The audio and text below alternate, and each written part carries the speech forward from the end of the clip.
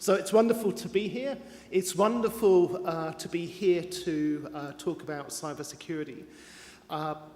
In terms of Deakin, we have a cybersecurity research centre. We're also working with our university SME centre as well. So we're very much focused towards applied research and applying research to solve real-life problems. So in terms of my talk, I'm going to talk about SMEs. I'm going to talk about some background case studies. I'm then going to give advice from a number of sources on how SMEs can protect themselves, the sorts of things that they should consider. Also, the opportunity to undertake a free course in cybersecurity. A free 2-week course, and then conclude by talking about what we're planning to do around the cyberspace in terms of SMEs and the way forward with that. So, first of all, what do we mean by an SME? So in terms of the Australian Bureau of Statistics definition, we have micro-enterprises that are 1 to 4 employees. We have small enterprises that are 5 to 19 employees. And we have medium-sized enterprises that are between 20 and 199. Now, you may think, well, why is Matt sort of given us this sort of definition? Well, for 2 things. If you were a micro-organization, the resources and financial or human resources at hand may be different than a medium-sized organization, closer to, 180 employees. But the problem is, when you look at all the advice, it's all SMEs. So it groups these whole lump together as if they're the same. So they, in terms of the advice that comes from government, it's advice to this whole sector. But there's this sort of disparity between micro organizations compared to medium organizations. And why are SMEs so important? Well, they represent 96% of Australian businesses. They employ 48% of our workforce, and they contribute to over 33% of our GDP. I've given this same talk in terms of the importance of cybersecurity in SMEs in a number of countries, South Africa, Vietnam, and in those countries the definitions of SMEs sort of vary. So we do have this sort of situation that there isn't one universal definition of SMEs. It sort of can vary from country to country. So in terms of cybercrime and Australia, so really Australia's had a bit of an awakening since 2016, when we had our national cybersecurity strategy developed, since the online census and the impact of 2 very small denial of service attacks in bringing down that census, since the impact of the WannaCry virus globally, that a lot of the victims were SMEs. In Australia, there's been a real awakening by government at the federal and state level regarding cybersecurity. So there's a lot of resources, a lot of strategies, a lot of plans being implemented around cybersecurity. SME is not an area that's at the top of the list. Governments, whether at the federal, state government level, have issues with how to engage with SMEs, how to help SMEs. And this is going to be something that's going to come through the presentation, is some of the government initiatives that are actually being undertaken, and some of the problems with those approaches at the moment and what needs to be done. So if we look at some recent statistics, particularly in regards to SMEs. So if we look at 2015, the Stay Smart Online statistics, they identified that there were close to 700,000 cyber attacks against Australian organisations. And what's important, and why I've used these statistics from 2015 and not the more recent 2016 statistics, was the 2015 statistics, they actually included this important caveat that 60% of those attacks were against SMEs. So it's the first time in Australia where the government has actually supplied data that actually highlights the problem that SMEs face in terms of cyber attacks, an actual statistic that we can use. But what's also of interest with the 2015 data that the Australian government supplied was that first time ever they actually put a dollar value on the type of cyber attacks that could occur against an organisation. So again, we hadn't had this quality of information before. So a denial of service attack, against any organisation. So denial of service is simply when you bombard a server with massive volumes of data, so to either crash the server or cascade, degrade the quality of that server and the service. To recover from that, an organisation spends $180,000 to recover, because literally they have to rebuild, they have to put in new infrastructure, new hardware, new software.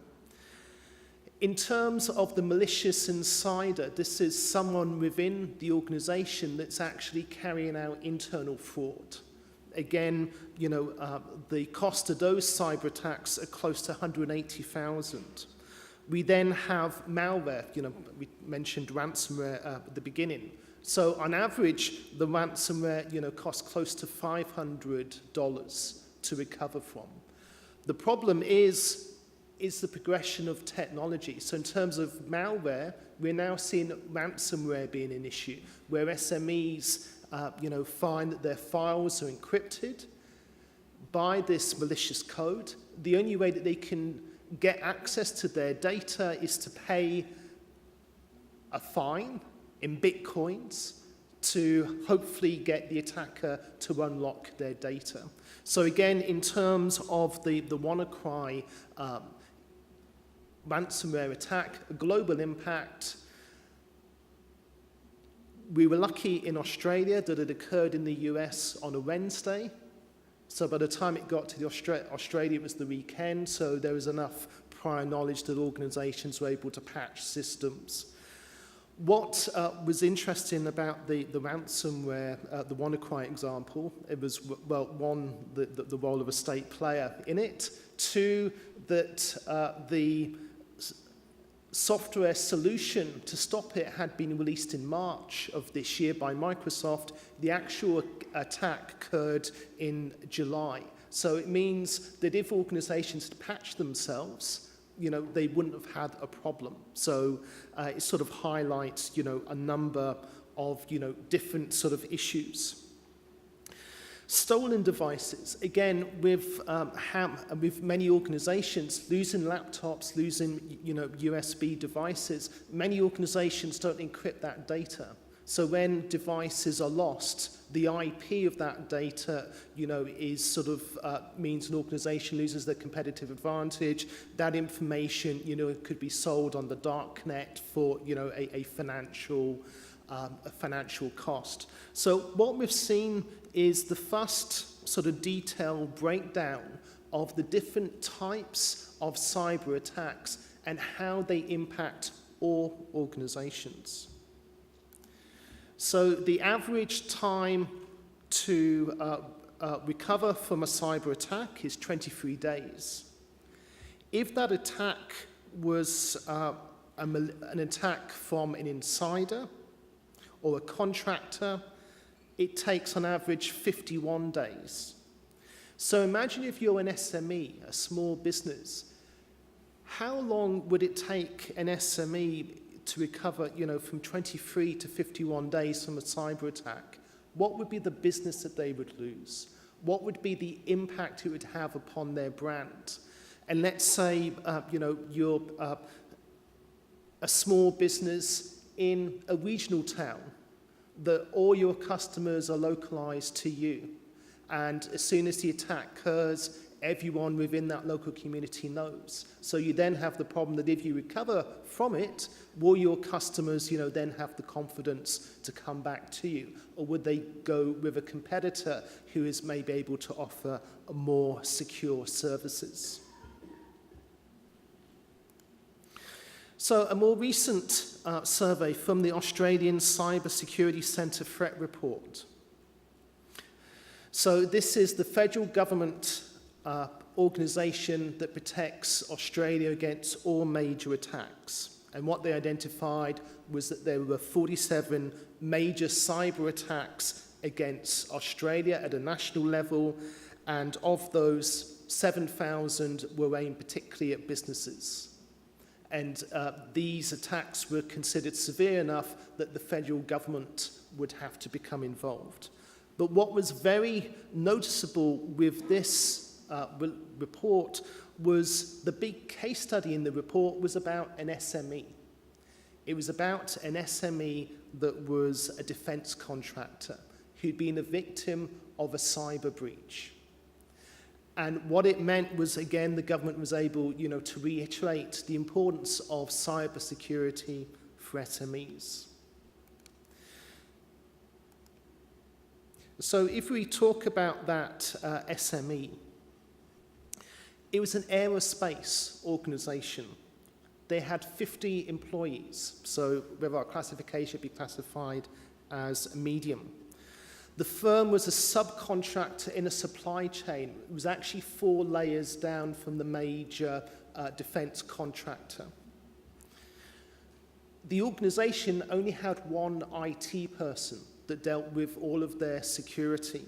And what the security breach was that they had an information portal to allow for information to be easily shared between that defence contractor and other parts within that supply chain. The problem was, when that web portal was set up, it included the default passwords, i.e. password as the password, and admin as in to give admin rights. So if you entered the system with admin password, you got access to all of the information that was on that web portal. The information that was linked on that web portal related to the new Australian F-35 Joint Strike Fighter, the new Hercules aircraft, the P-8 Poseidon maritime aircraft, the latest armaments, and even included a 3D visualization of Australia's latest frigates, where you could actually interact with the CAD design and zoom in and zoom out. All of that information was simply uploaded and stolen. Now, the defence contractor realised what had happened and actually gone to the government to ask for help to solve that problem.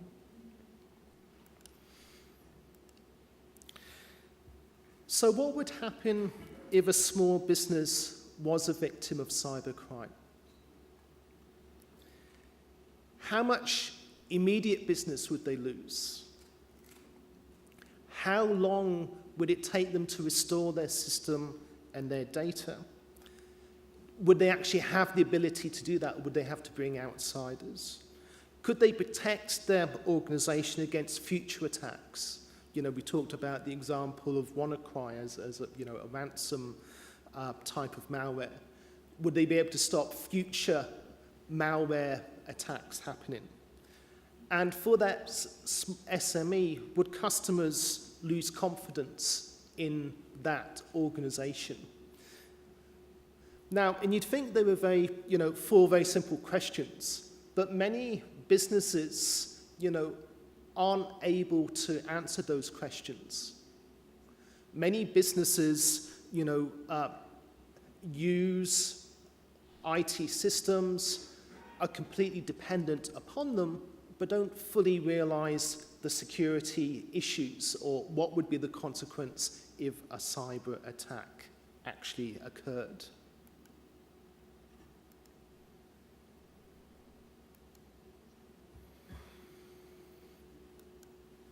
So in general, based on a summary of all the research around the world that looks at SMEs in relation to cybersecurity, there's four major areas, four major distinctions.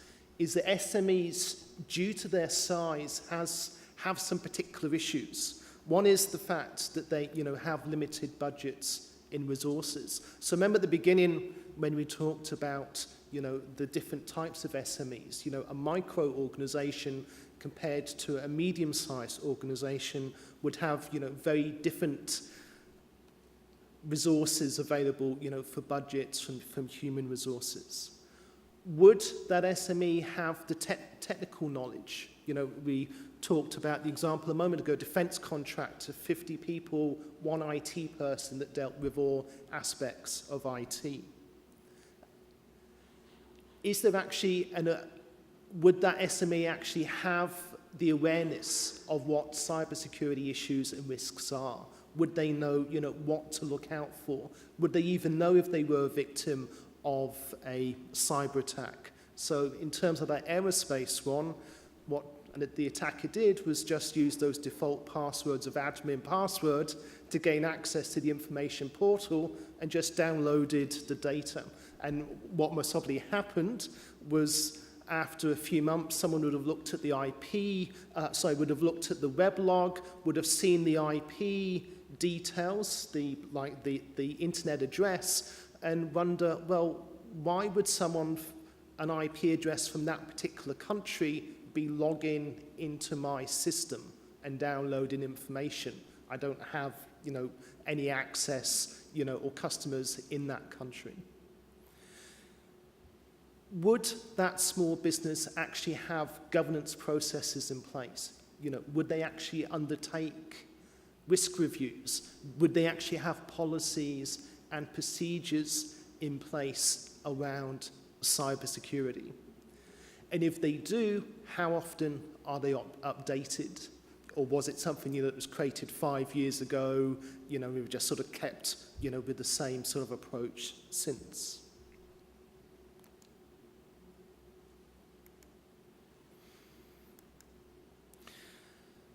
Accountants have a unique role. Unique role in a number of ways, because many of the accountant firms are SMEs. Many of your customers and clients are SMEs. So in terms of the relationship, you have a relationship of trust. So your clients would come to you as accountants to seek your advice. Whether it's advice about accounting practices, whether it's advice about IT, about, what should we do, with these issues. So this trusted relationship actually, allows the accounting profession to be able to help SMEs in terms of sharing relevant information, sharing relevant good practices that SMEs should follow. So it means the accounting profession have a very unique position. But that unique position also means the accountants become a target. So because of that trusted relationship, an attacker would be interested in accountants for a number of reasons. One is you have a lot of financial information about, your clients, including financial details, personal information, tax details. So it means if an attacker, there's many, different forms of attackers. Attackers have motivation. Most cyber attackers are motivated to steal information. Most attackers want to convert that information that they sell, for financial value. In terms of the darknet, there's online marketplaces where financial data is sold as a commodity. You pay $100, you get, a few thousand customer details. in terms of the recent Medicare breach, this is where they found out that there'd been breach in the Medicare system, was that they found on the darknet someone selling Medicare details. So again, we've seen examples about that in Australia. So many accountants are small businesses. So all of those things we've been talking about, the problems that small businesses face, may also apply to accountants. So therefore, accountants could be vulnerable to cyber attacks, but would be considered, a high-profile victim because of this trusted relationship, that you would have with your clients and the types of information that you have available to you. So I'm going to talk about a case study. Again, this is a real-life case study. To begin with, it's going to sound, this is a bit fictional, but it's actually all true. What I'm going to talk about is exactly happened, and what it does is highlight the different motivators of cyber attacks and a different way that cyber attacks can occur and the different consequences.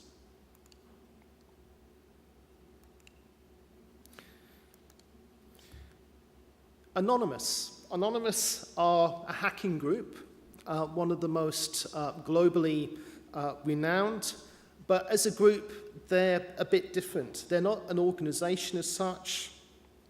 There's no structure, there's no membership, there's no leaders. So it's a very broad-based consortium of individuals who sit under the anonymous banner.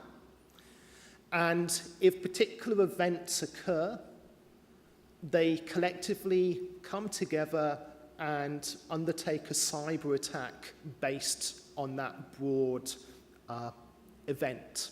And there's chapters of Anonymous around the world. There's Anonymous globally, there's Anonymous in the UK, there's Anonymous in Indonesia. So it's a very distributed organization.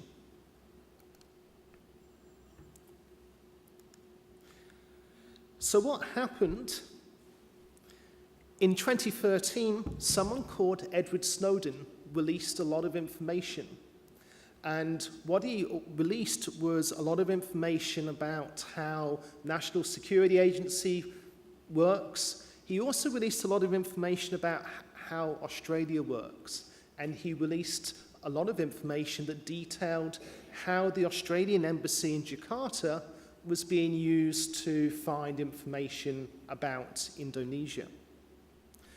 Anonymous Indonesia weren't happy about this, so they collectively came together and thought, well, let's show Australia what we think of what's happened, and undertook this hacking campaign called Op Australia. And what they did was that they hacked 170, according to Anonymous Indonesia, they hacked 170 sites from government sites downwards. And in terms of my research, I identified 5 separate hacking groups involved in that incident. So they claimed 170 sites. So this is what, from Anonymous, a hacking attack looks like. So what they did was that they simply took over organizations' websites, defaced it with their own political message. But what happened was that they claimed that they hacked 170 sites. They released all of the information on a site called Pastebin, which hackers use to share information of their activities. And I got access to this information and started analyzing the information. And what became apparent was, instead of 170 sites, it was actually 58 sites that they had publicly released. And of those 58 sites, all of them were SMEs.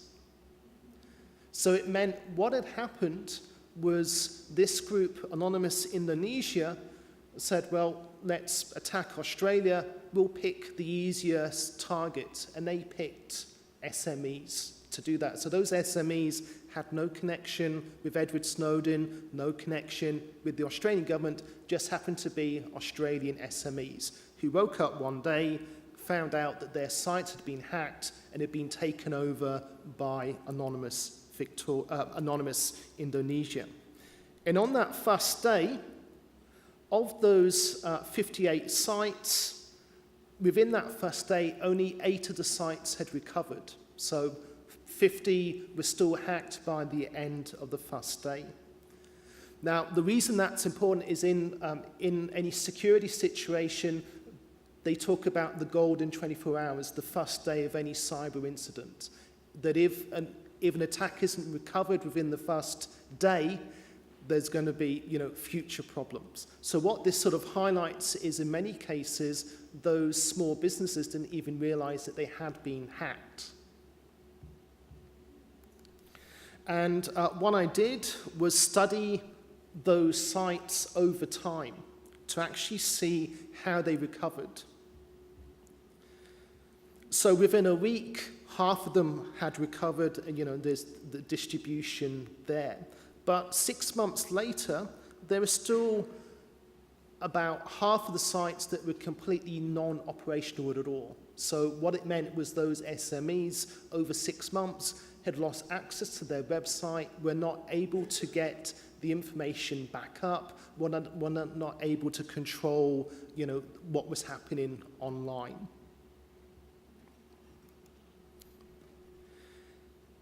In terms of today, I actually went through the data in preparation for this talk and actually wondered, well, of those SMEs that I identified, how many are actually in business today? Only 18 of those SMEs, 31%, are still in business today. So again, whether you could argue it was an impact of hacking or was just an impact, that the business wasn't very successful, but that seems a pretty low percentage of businesses, that are still in business a few years after that incident. So what does the case study show? Well, it actually shows a lack of awareness of being a victim of a cyber attack.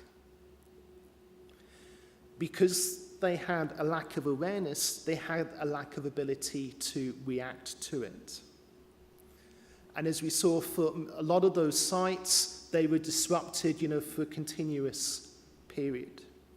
What was also interesting, a lot of those businesses, from a cost perspective, were hosting their websites in another country. They were actually using the US GatorWeb hosting site, a cheap web serving site. So it meant that, well, one, they weren't covered by Australian jurisdiction, and two, they had to then deal with the US authorities regarding the situation. The situation was that bizarre. I actually contacted some of the SMEs to say, do you realize this has happened to you? You've been hacked, it's now several months, is this something, that you should be aware of? And many of those SMEs then disputed with me that they'd actually been hacked. They didn't even realize, that they had been hacked. So how could SMEs take a couple of simple steps to improve security?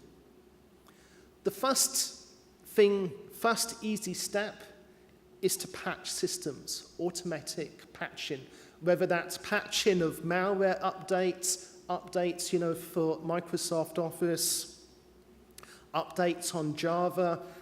Many of the systems have the options to click automatic patching. We talk about the WannaCry example.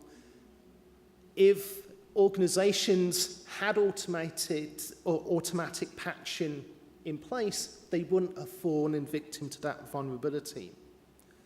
Use strong passwords. Use two-stage authentication. Now, what the two-stage authentication is, you log into a system, you then get text to code. and you then type in that code, as part of the authentication. It's been around a very long time, not very popular.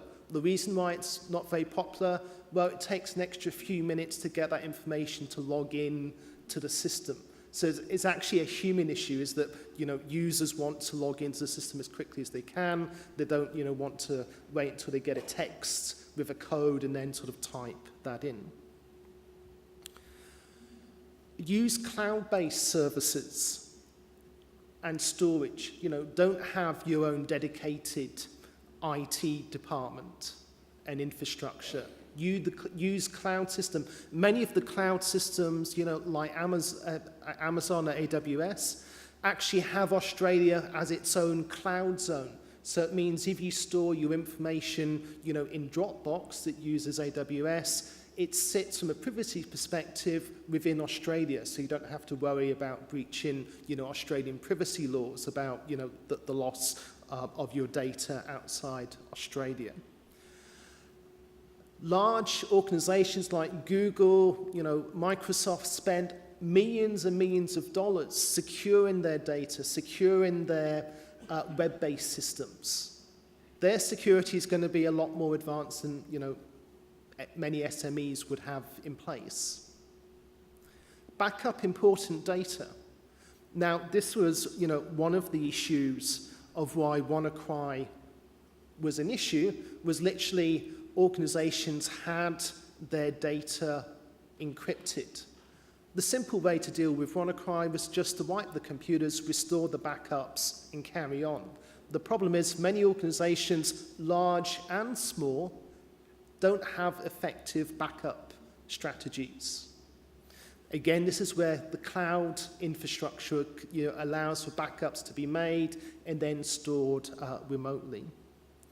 And actually installing proper security software, such as anti-malware, not necessarily going for freeware, free security software, actually investing in a quality product. The Australian Signals Directorate actually offers, advice for all organizations that if you follow these 4 steps, you will protect organizations against 85% of cyber attacks. So the Australian Signals Directorate act on behalf of the government, and what they say is their top 4 is whitelist software, i.e. only certain systems should be used on corporate systems. Whether that's Word, whether it's MyOb, the organization agrees that this is the software that can be used. No one else can load any other software onto it, so it stops a potential attack vector. Patching systems, patching operating systems. So again, as I said before, about that automatic patching. And restricting admin privileges, so only one person has access to all accounts within the system. So to reflect on that, if you want to undertake a basic strategy and an advanced strategy to secure systems, well, from a basic perspective, what I would suggest is, as I said before, the patching, is using backing up your data, using the cloud-based system, using strong authentication. The other big area of strong authentication is passphrases, like Richmond is the best footy team in the world, as a login, rather than typing in random sets of codes. Because what happens is that the human dimension comes in, is that people use one password for many accounts. So if your password is hacked with one account, the attacker would then say, okay, human nature. Person A is going to use the same login details in all of their accounts, so let's try and log into these different accounts using that same password. Set up different accounts. So within your organization, there's general user accounts, but there's only one administrator account. In many small businesses that I've seen, every user account that's set up also has automatic administration access rights as well. So it means if one account's compromised, because that user automatically has admin rights, other attacks can take place. A more advanced approach: develop a cybersecurity plan, a governance strategy, a risk approach. Develop and implement best practices and approaches, and I'll talk about some in a moment. I said about, undertaking a security review on a regular basis. Actually testing the features that you have in place. So if you've backed up your data, actually going through a test to try to restore that data to see, well, does it actually work? Can I restore the information that's been lost? Consider alternatives. Okay, we have a problem with cybersecurity. We're a large organization. Why don't we outsource the running of our security services to a third party? Why don't we invest in cyber insurance, that if we're a victim, we can get insurance to help us solve the problem. So the federal government's offering advice. The Department of Industry, Innovation and Science actually at the moment is offering a SME cybersecurity program. So what they're offering is five 1-hour seminars that actually would take an SME, through cybersecurity aspects. So it talks about cybersecurity for SMEs, the threat landscape, cybersecurity from SMEs from an operational perspective, developing an incident response plan, and cybersecurity in the cloud and outsourcing. So those webinars are free. You can download them now. If you just Google, Department of Industry, Innovation and Science, it will take you to the link. As part of that, they employed Haviant, a cybersecurity company in Melbourne, to run these seminars, and Haviant developed a portal. And what that portal does is it offers a free subscription. So you can actually go onto that portal and post questions. How do I secure this network? Where can I get good advice from, in terms of developing a security policy? But this is where we come to a major issue. So between October 2016 and July 2017, the federal government has been heavily promoting this security awareness campaign for SMEs, heavily promoting the web seminars and the link to the portal. But as I said, between October 2016, July 2017, only 47 questions were posted by SMEs across Australia around cybersecurity issues. And of those, each one was only looked at by approximately 50 of the registered portal members. So what the government is facing as a problem is that they've made an assumption that they've implemented a whole range of initiatives, such as the webinars, such as the portal, thinking that businesses, would be using these systems and these features, and quite simply they're not. And the reason they're not is that many SMEs, simply don't realize what cybersecurity is. They don't realize the problem issues that they face. So where to get some advice? So the Stay Smart site offer a guide there called the Small Business Guide. And what that does is it focuses on what privacy is, what passphrases is. You don't have to say Richmond is the best footy team in the world. You could maybe pick another team. It talks about the importance of raising security awareness within an SME, how to do that. It talks about network and device security. It talks about backups. A free document, that you can download. It is in the first step in terms of raising awareness. So I come back to this biggest problem. So the biggest problem is how to make small businesses aware that cybersecurity is a problem. How to make them aware it's a problem without, drawing upon the fictional views of Hollywood and, what, a cyber incident actually looks like. And by only doing that, by raising that awareness, you're then able to then implement the next stage. And the next stage is, implementing guides, implementing best practices, implementing, approaches, in terms of how to improve security, in terms of developing, governance systems. So this is the problem that we face, is that government recognizes that security is a problem.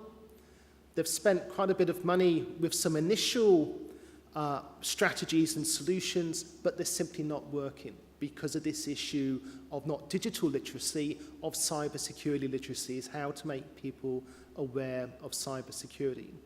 The other thing, the other aspect is that if organizations are victims of cybercrime, they can report it, so to ACORN or to the Australian Cybersecurity Centre.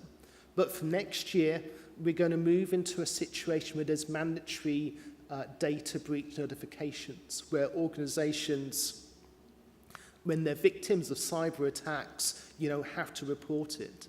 The problem is that starts to become a grey area. So let's say in terms of WannaCry, you're a victim of WannaCry. You could say, well, the problem wasn't what we did. The problem was I was using this Microsoft server. It had a security weakness, so therefore the problem's Microsoft. So all of a sudden, you're going to have many grey areas actually about what cyber incidences, actually are. And it's going to take a number of court cases and rulings to actually, define what they actually mean. So what we offer at Deakin is a 3-week course via the FutureLearn platform. The URL's just at the bottom, and we offer it all through the year. It's a free course, free, you don't have to pay any money. So what it is, it's a 2-week course that has, resources, videos around cybersecurity. So again, we run it through the year, on a regular basis. So what it is, it's part of our initiative at Deakin, to start to help to make SMEs, aware of cybersecurity. So what we're focusing on cybersecurity is implementing steps to raise awareness around cybersecurity for SMEs, whether it's courses like this, whether it's given talks to chambers of commerce around SME security or other professional bodies. And then what we're looking to develop is a whole number of toolkits and guides that once SMEs have an awareness of what cybersecurity is, they can then start to take steps to improve their cybersecurity. So the first step is this raising the awareness of what cybersecurity is and the importance of it. So in conclusion, we are facing a situation that SMEs, are becoming increasingly dependent on their IT systems. In terms of the presentation this morning, the move towards, for accountants, towards accounting cloud-based systems, the whole IT disruption of technology on the accountant profession will mean that certain technologies and systems will be used by accountants more often. They will become, core business. Attackers will pick up on this. Attackers, are very good at deconstructing systems. They would break down technologies. They would identify vulnerabilities. They would identify weaknesses. So again, what that increased reliance on IT in the systems means is that accountants, as well as other organizations, have to be more aware about patching their systems, putting in the updates, asking about, well, what are the security features of this system, the accounting system? You know, where is the data held in that cloud-based system? How can you secure the data, you know, that's being held on my behalf and behalf of my customers? Where can SMEs get advice from? And again, from a professional perspective, you know, this is a key role that the Institute of Public Accountants can play in terms of raising awareness of what cybersecurity is, what cybersecurity attacks and issues look like, and start to, you know, share resources with members of the APA, which would allow you to share it with your clients. So again, it's raising security awareness, you know, across not just the sector, but also, you know, with your clients who, you know, will share the security awareness, you know, with other organizations that they interact. But what's key is that small businesses do need some assistance. The problem is, where do they get that assistance from? The problem is, historically, vendors have been very happy to offer assistance. That assistance usually takes the form of, well, if you buy this technology or this system, this will solve all your problems. The issue is, with cybersecurity, one piece of technology doesn't solve all the problems. There needs to be a holistic view of cybersecurity risks and issues that each small business actually faces. And the situation is that the small business themselves, you know, have to realize that that's what they need to do. So to just give an example, in 2016, when the National Cybersecurity Strategy was launched for the whole of Australia, in it, there's a little section for small businesses. And what the government offered was $5,000 for each small business to be tested by a penetration tester. So what a penetration tester is, often called ethical hackers, what they do is that they then, you know, the small business would hire the ethical hacker to try to hack into that small business, generate a report of what the security problems and vulnerabilities, and the government would pay $5,000 towards that cost. That was a good first step. The problem is, without all that other scaffolding and all that information, there hasn't been a very high take-up of that approach. So, as I said, I spoke very much about what we're planning to do at Deakin, and what I would like to do is also, you know, invite yourselves, you know, that if you would like to be involved in our future security activities around SMEs, you know, please, you know, feel free to contact me. Because one of the things that I've realized talking to lots of SMEs and lots of professional bodies and chambers of commerce is that we have to all speak the same language when it comes to cybersecurity. And I realize, coming from a technology perspective, sometimes I'm so used to the jargon and buzzwords, I forget actually, you know, that people may not understand that there is, you know, clearer ways, you know, that things can be said. So please join us with our cybersecurity journey for SMEs at Deakin, and please feel free, you know, to take part in that cybersecurity MOOC. It's running, you know, at the moment, and we run it, you know, 6 or 7 times during the year. It's an online course broken down into, you know, bits of steps, of videos and activities and reports, so you can do it at your own pace. And I hope, you know, that you'll take up that offer. Thank you.